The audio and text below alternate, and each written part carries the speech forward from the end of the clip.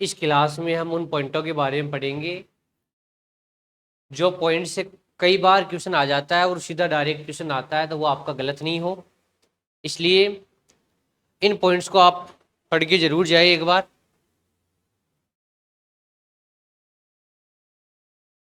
Alcohol है, temperature का फर्क है। ऊपर वाले में टेम्परेचर हाई है, 170 डिग्री सेंटीग्रेड है, नीचे वाले में टेम्परेचर लो है। हाई टेम्परेचर पर हमेशा H2 बाहर निकलता है। इसका मतलब एक से OH निकलेगा, एक से H निकलेगा, दो सिग्मा बॉन्ड टूटेंगे, बीच में क्या बनेगा, पाई। तो हाई टेम्परेचर पर बनता है एल्कीन। यही टेम्परेचर अगर क्या रखे, लो रखे, 140 डिग्री सेंटीग्रेड रखे, बीच का रखे, बीच पे बनता है ईथर। और यही टेम्परेचर सबसे लो रखे तो इस पे बनता है एथिल हाइड्रोजनस सल्फेट। एल्कोहल की रिएक्शन जेट के रिगार्डिंग बहुत इंपॉर्टेंट है। पहला दोबारा सुनो, सबसे हाई टेम्परेचर रखेंगे, एलिमिनेशन हो जाएगा, H2 बाहर निकल जाएगा, एल्कीन बन जाएगा। ये भी आपको लिखाया हुआ है। 140 डिग्री सेंटीग्रेड भी आपको लिखाया हुआ है कि अगर 140 डिग्री सेंटीग्रेड लेते हैं तो ईथर बनता है। अगर आप इससे भी लो टेम्परेचर लेते हो फिर तो भैया केवल H, इसका OH निकल जाएगा, इसका H निकल जाएगा, HSO4 आ जाएगा। इसे बोलते हैं एथिल हाइड्रोजन सल्फेट। तीनों ही अपने आप में बहुत इंपॉर्टेंट है, कोई सा भी ऑप्शन में आ सकता है। एक बात और याद रखना, एल्कोहल में विभेद करने के लिए ल्यूकास अभिकर्मक और 1 डिग्री 2 डिग्री 3 डिग्री एल्कोहल में, और एक होता है विक्टर मेयर परीक्षण। तो विक्टर मेयर परीक्षण से भी एल्कोहल का परीक्षण करते हैं। और कॉपर 300 डिग्री सेंटीग्रेड से भी हम कॉपर इस एल्कोहल में विभेद कर सकते हैं।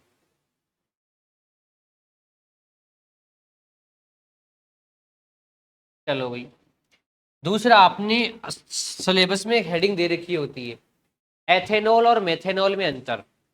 एथेनॉल तो आपको सबको पता है, एथेनॉल क्या है, जो शराब वगैरह आती है वो एथेनॉल ही तो है, एल्कोहल ही तो है।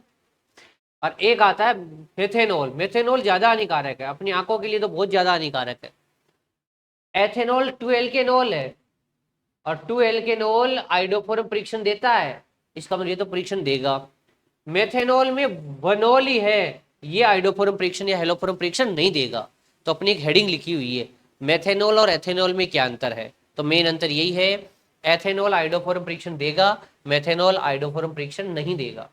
पढ़ते हैं क्या कह रहा है। एथेनॉल के उपयोग पहला ही आ रहा है एल्कोहलिक पेय के निर्माण में, हाँ शराब वगैरह के निर्माण में।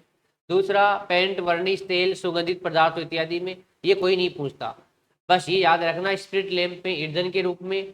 एक और याद रखना, सुबह सुबह गाड़ियाँ स्टार्ट नहीं होती सर्दियों में, तो उसके रेडिएटर होता है, उस रेडिएटर में क्या मिलाते हैं, तो उसमें किसके रूप में, प्रतिशीतलक के रूप में कौन मिलाते हैं, एथेनॉल मिलाते हैं। तो कई बार ये ऑप्शन में लिखा हुआ आ सकता है एथिलीन ग्लाइकोल, या कई बार एथेनॉल जो अपनी गाड़ियों में रेडिएटर में प्रतिशीतलक के रूप में मिलाते हैं।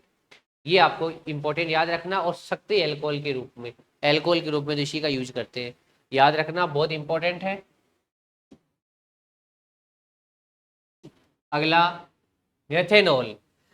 मेथेनॉल आपको पता है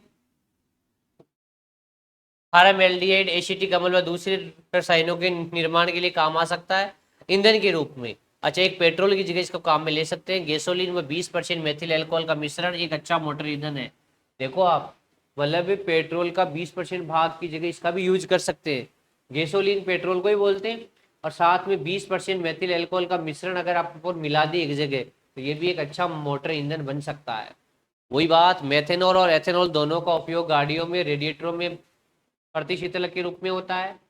एथिल अल्कोहल को विकृत करने के लिए ये मिश्रण मेथिलीकृत स्प्रिट कहलाता है। हाँ, कॉपर वगैरह, कॉपर सल्फेट वगैरह, पिरिडीन वगैरह है ना, इससे ये विकृतीकृत हो जाता है, फिर ये पीने योग्य नहीं रहता।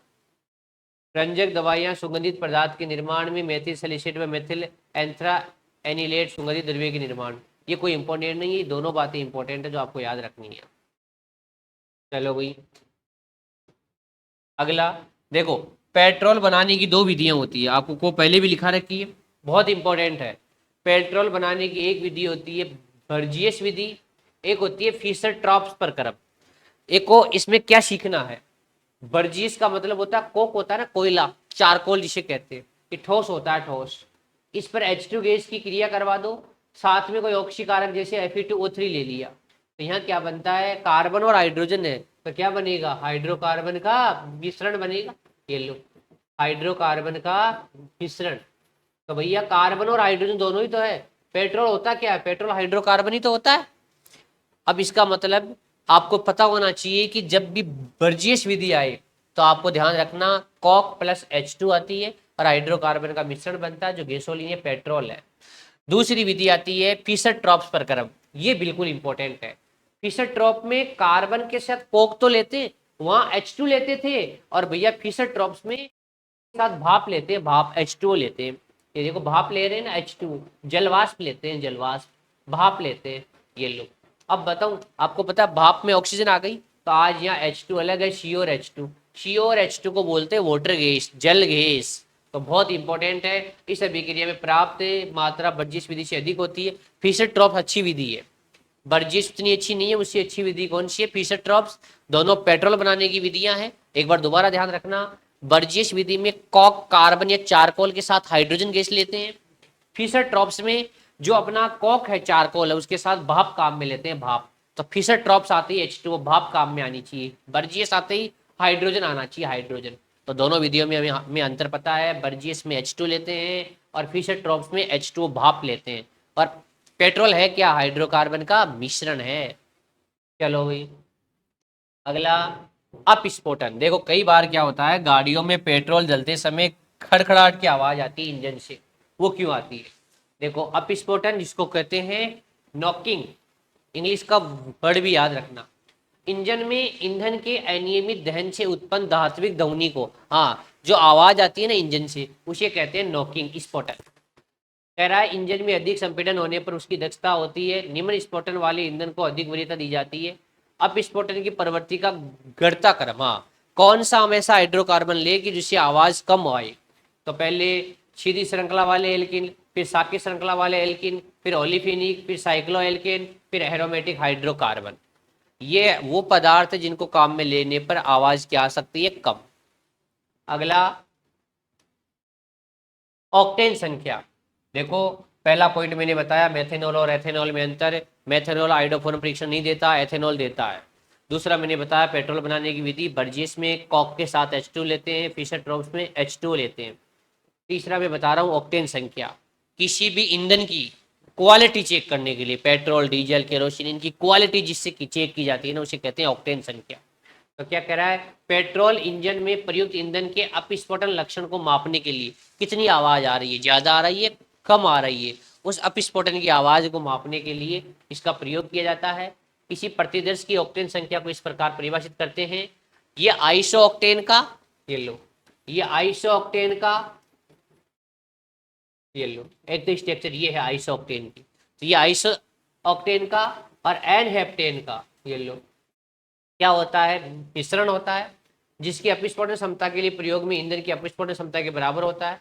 ये एन हेप्टेन है, ये आइसो ऑक्टेन है। आइसो ऑक्टेन का ऑक्टेन नंबर 100 होता है जो अधिकतम होता है, एन हेप्टेन का ऑक्टेन नंबर 0 होता है जो न्यूनतम होता है। दोबारा सीखो, एन हेप्टेन का, एन हेप्टेन होता है उसकी ऑक्टेन संख्या होती है वो 0 होती है। आइसो ऑक्टेन की ऑक्टेन संख्या 100 होती है जो अधिकतम होती है। एन हेप्टेन की ऑक्टेन संख्या 0 होती है जो न्यूनतम होती है। अब सुनो, आइसो ऑक्टेन को और एन हेप्टेन को आपने मिला दिया, उसमें से आइसो ऑक्टेन का परसेंटेज कितना है उसी को ऑक्टेन संख्या बोलते हैं। चलो बताओ, कह रहा है उदाहरण के लिए किसी दिए गए नमूने की अपस्फोटन क्षमता 60% आइसो ऑक्टेन है, 40% एन हेप्टेन है, तो बताओ आइसो ऑक्टेन कितना है, 60%, तो ऑक्टेन संख्या होगी 60।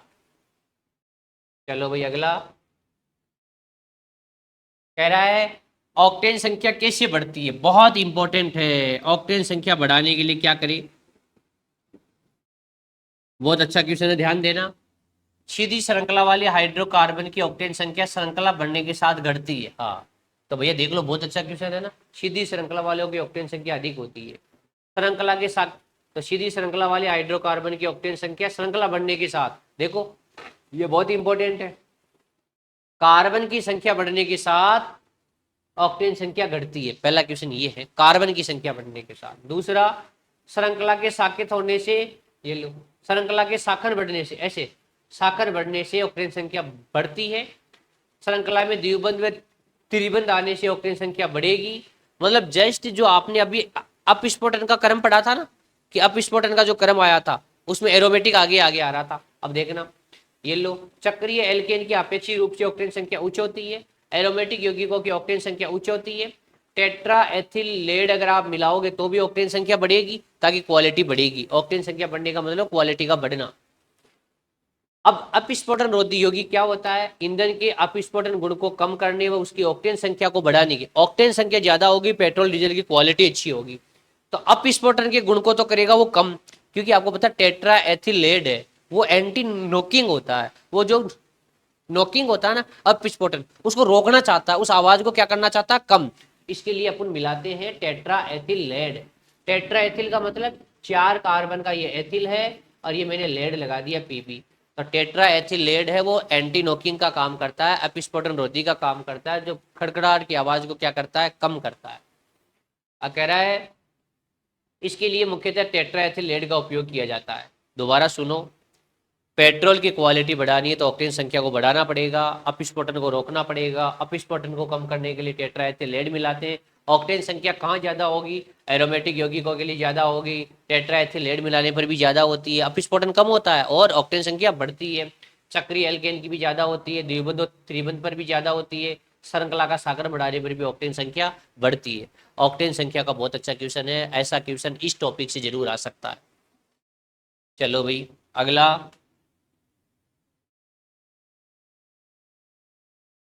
देखो, टेट्राएथिलेट वाला मैंने आपको बता दिया, प्रदूषण की एक बहुत बड़ी समस्या है, इससे ऑक्टेन संख्या बढ़ती है।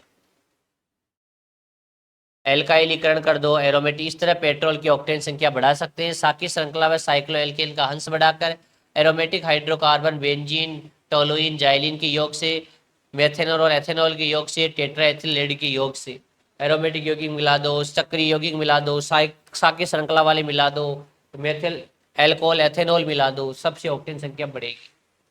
ये अपना बहुत अच्छा क्वेश्चन था। एक आती है शीटेन संख्या। पेट्रोल के लिए आती है ऑक्टेन संख्या, डीजल के लिए आती है शीटेन संख्या। तो कह रहा है डीजल तेल के वर्ग को व्यक्त करने के लिए शीटेन संख्या आती है।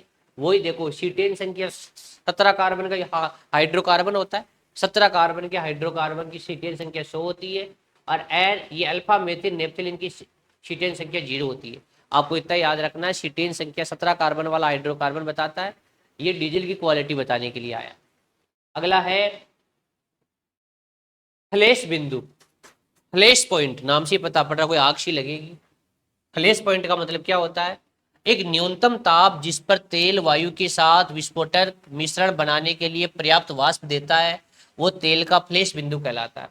एक तेल को हम इतना गर्म करें कि उस ताप पर, इतना ताप मिलते ही वो तेल क्या हो जाए, उस वायु के साथ विस्फोटक मिश्रण बनाए, उस बिंदु को कहते हैं फ्लैश बिंदु। Very important. भारत में फ्लैश बिंदु 44 डिग्री सेंटीग्रेड, इसको छोड़ो बस। फ्लैश बिंदु का निर्धारण जिस उपकरण से किया जाता है उसको एबिल उपकरण कहते हैं। ये लो, उसको एबिल उपकरण कहते हैं। चलो भाई, रसायनों ने शून्य से कम ऑक्टेन संख्या वाले कुछ हाइड्रोकार्बन निर्मित किए। एन नोनियन की ऑक्टेन संख्या -45 होती है, इसको छोड़ो आप तो ये याद रखना फ्लैश बिंदु क्या होता है। तो फ्लैश बिंदु मैंने बता दिया, वह न्यूनतम ताप जिस पर तेल वायु के साथ विस्फोटक मिश्रण बनाता हो, उसे कहते हैं फ्लैश बिंदु। चलो भाई, इस क्लास को आप देखना, बहुत इसमें 4-5 बातें मैंने बहुत इंपॉर्टेंट बताई है, इनको एक बार देख के जरूर जाइए आप। Thank you.